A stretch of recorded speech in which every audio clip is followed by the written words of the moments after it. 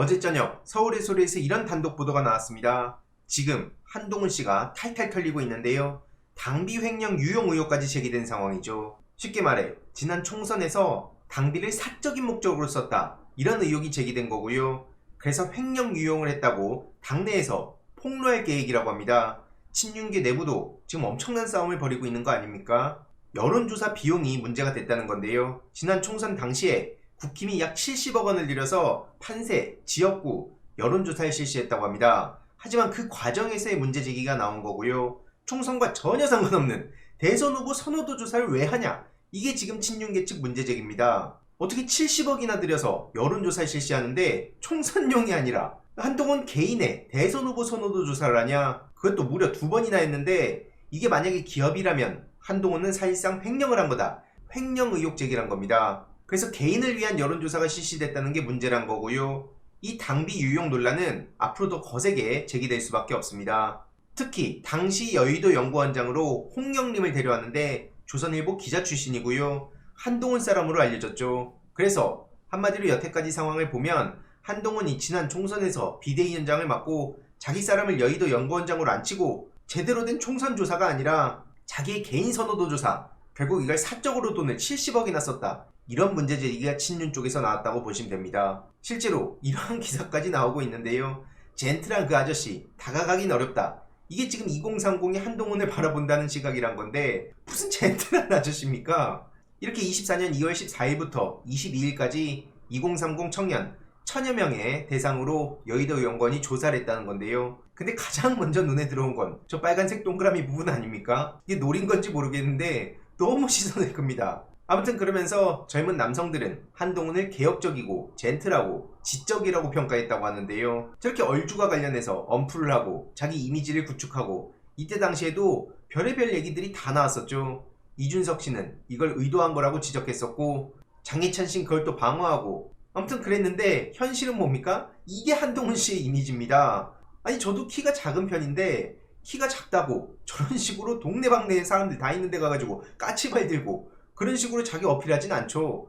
아니, 누가 저런 식으로 합니까? 그것도 정치인이라는 사람이 계속 외적인 것만 신경 쓰고, 제가 계속 말씀드리지만 외적인 거 신경 쓰는 것 자체를 문제제기하는 게 아닙니다. 그런데 한동훈 씨를 보면 내실은 없죠. 그냥 계속 이재명 대표 비난만 하면서 자기 할 일은 다 했다고 생각하고 나머지 시간을 다 어디에 쏟는 것 같습니까? 자기 껍데기 채우는 모습, 여기 여기 머리 요거 여기랑, 응? 지금 뭐 까치발 들고 막 셀카 찍느라고 자기 옆에 있는 후보자들도 밀쳐내고, 이게 지금까지 보여준 한동훈 씨의 모습이란 거죠. 이러니까 국힘 내부에서도 부글부글하다가 이제서야 제대로 터지고 있는 거 아닙니까? 반면 2030 여성들은 검사의 권위적 이미지, 고집센 비판적 화법, 이걸로 싸늘한 반응을 보이고 있다는 얘기고요.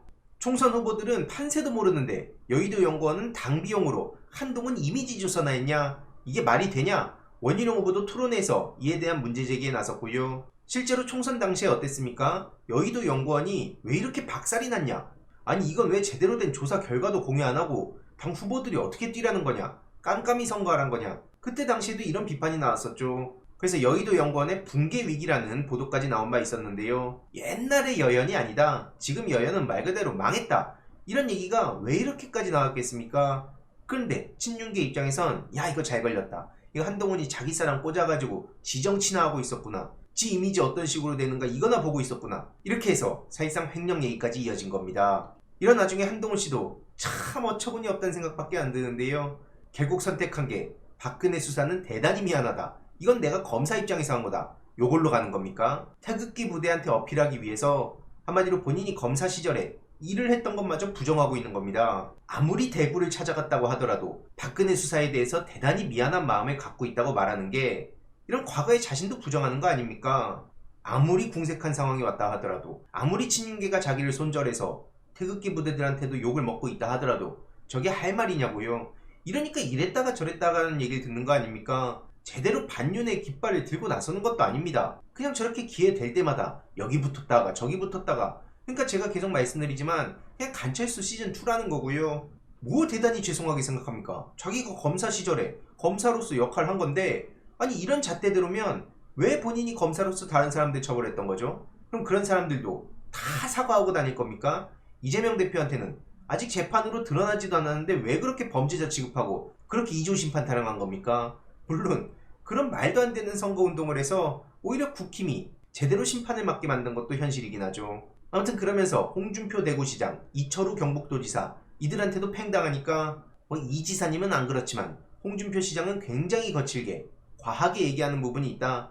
근데 그건 나쁘게 생각 안 한다. 그래서 비판도 수용할 수 있다. 이런 식으로 쿨한 척은 다 하고 있는데요. 이것도 이젠 믿음이 안 간다는 겁니다. 왜 그렇습니까? 최근 장예찬 씨가 이런 폭로를 하지 않았습니까? 한동훈이 연락해서 뒤로 와가지고 이준석 좀 까달라 이렇게 사주를 했다는 거 아닙니까? 그때 당시에도 내가 어디 이준석 같은 사람을 상대하냐, 나는 신경 안 쓴다, 멋대로 떠들라 해라, 이렇게 쿨한 척은 다 했지만 결국 뒤로는 돌아가가지고 장예찬한테 야 이준석 좀 까줘, 나 좀 방어해줘 이랬다는 얘기 아닙니까? 근데 지금 홍준표 시장한테도 나 비판 수용하겠다 이런 얘기를 하고 있는 게 어떻게 설득력을 가지겠냐고요. 안 그렇습니까? 그렇다고 해서 홍준표 시장이 또 잘했다는 것도 아닙니다. 저 하는 거 보면 뭐 정치를 잘못 배웠다, 어린애가 설치는 게 맞냐, 이런 식으로 계속 대구시정은 안 들보고 이런 일만 하고 있는데요. 열의 9은 다 한동훈 욕입니다. 아니 그럴 거면 대구시장을 하지 말고 국회의원으로 나오든가요. 뭐 하는 겁니까 저게. 그러더니 유승민 전 의원까지 잘못 건드려가지고 오히려 본인이 제대로 팩폭을 당하는데요. 언론에서는 막장으로 치닫았다고 하지만 이건 누가 보더라도 홍준표 시장의 무리수라고 보는 게 맞습니다. 가만히 있던 유승민 씨를 끌고 와서 한동훈 씨한테도 배신의 정치다 이렇게 자기가 먼저 프레임 장난질 걸지 않았습니까? 참고로 유승민 전 의원하고 한동훈 씨하고 같은 선상에 놓을 수도 없다고 봅니다. 무슨 한동훈이 지금 반윤의 깃발을 들고 있습니까? 그러면서 저렇게 장난을 치고 있는 건데 유승민이 배신을 했다, 그러니까 한동훈도 똑같다 이러면서 그 사이에서 친윤계에 열심히 어필하고 자기가 다음 대권 먹으려고 하는 거죠. 하지만 그게 뜻대로 되진 않을 겁니다.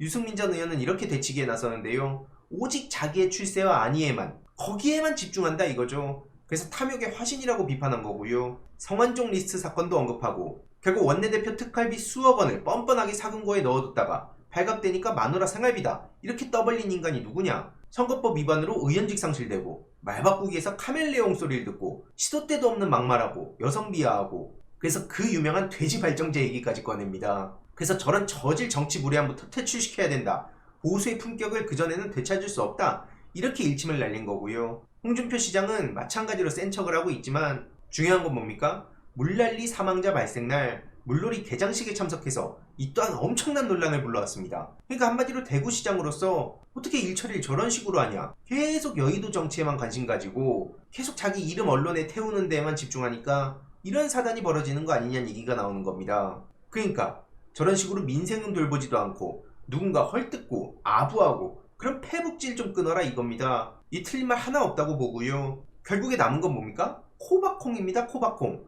접시에 코 박듯이 저렇게 홍준표 시장이 넙죽 엎드리는 거. 어떻게 정치인이 아무리 자기가 급하다고 해도 그렇게 대선 과정에서 비판하던 윤석열 대통령한테 넙죽 엎드릴 수가 있냐. 그리고 아예 자기가 호위무사가 돼서 열심히 날뛰고 있죠. 저게 뭐 하는 겁니까 도대체. 그리고 지금 국민의힘도 정말 웃긴데요. 윤석열 탄핵 청문회가 이렇게까지 온 마당에 전당대회에서는 자기들끼리 권력 다툼이나 하고 있고 막 세력 싸움이나 하고 있고, 그러면서 헌법재판소에 권한쟁의 심판을 청구한다고 해서 이 또한 구설수에 올랐습니다. 정청래 법사위원장을 계속 공격하고 있는데요.